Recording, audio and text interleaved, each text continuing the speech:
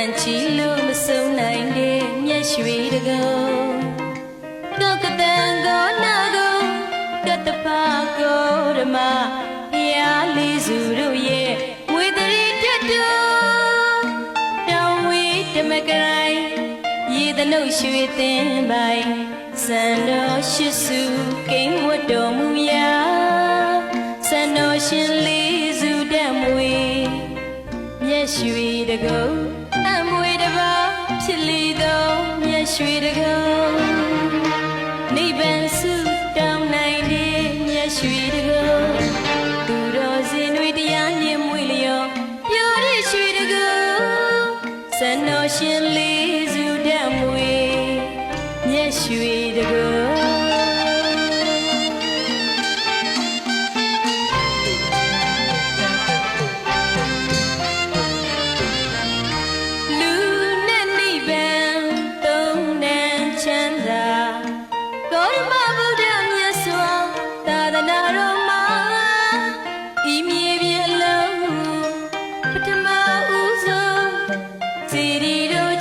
ရွှေတကုံအော်မြတ်ရွှေတကုံ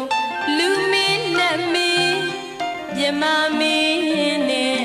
သုံးလူခပင်းပူဇော်ခြင်းအဟုတ်၆သွေရောင်ကြီးတော်ဆောတကူတော်ကို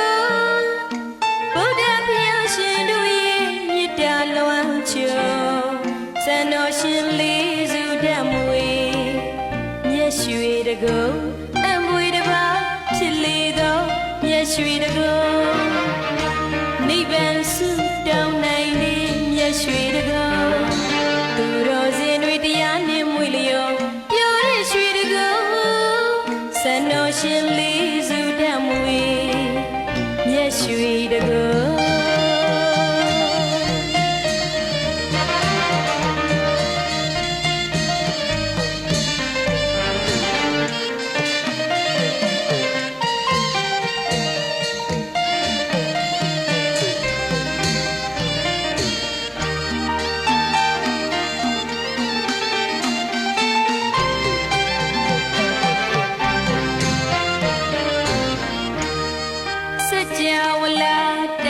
တောင်းသိမ့်နှိမ့်တုံ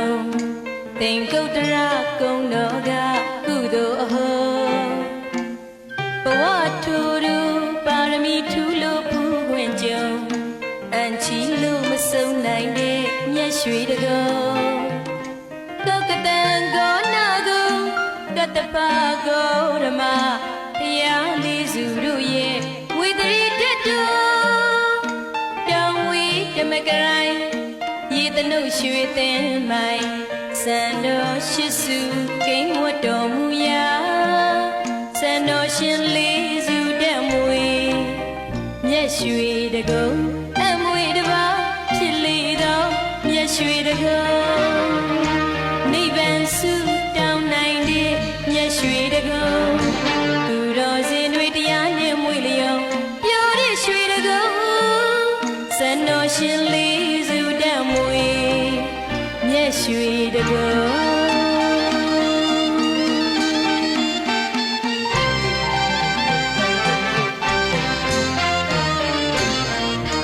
လူနဲ့နိဗ္ဗာန်သုံးနန်းချမ်းသာကောဓမဗုဒ္ဓမြတ်စွာသာသနာတော်မှာဤမြေပြင်လုံးပထမဦးဆုံးစီရီတော်ကြီးမျက်ရွှေတကုံအော်မျက်ရွှေတကုံလူမင်းနတ်မင်းမြမမင်းနဲ့သုံးလူခပင်းပူဇော်ခြင်းအဟုတ်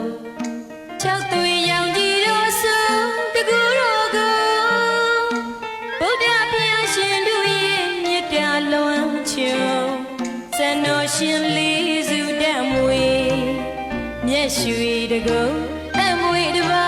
ဖြစ်လေသောမျက်ရွှေတကုံနိဗ္ဗာန်စုတောင်းနိုင်တဲ့မျက်ရွှေတကုံ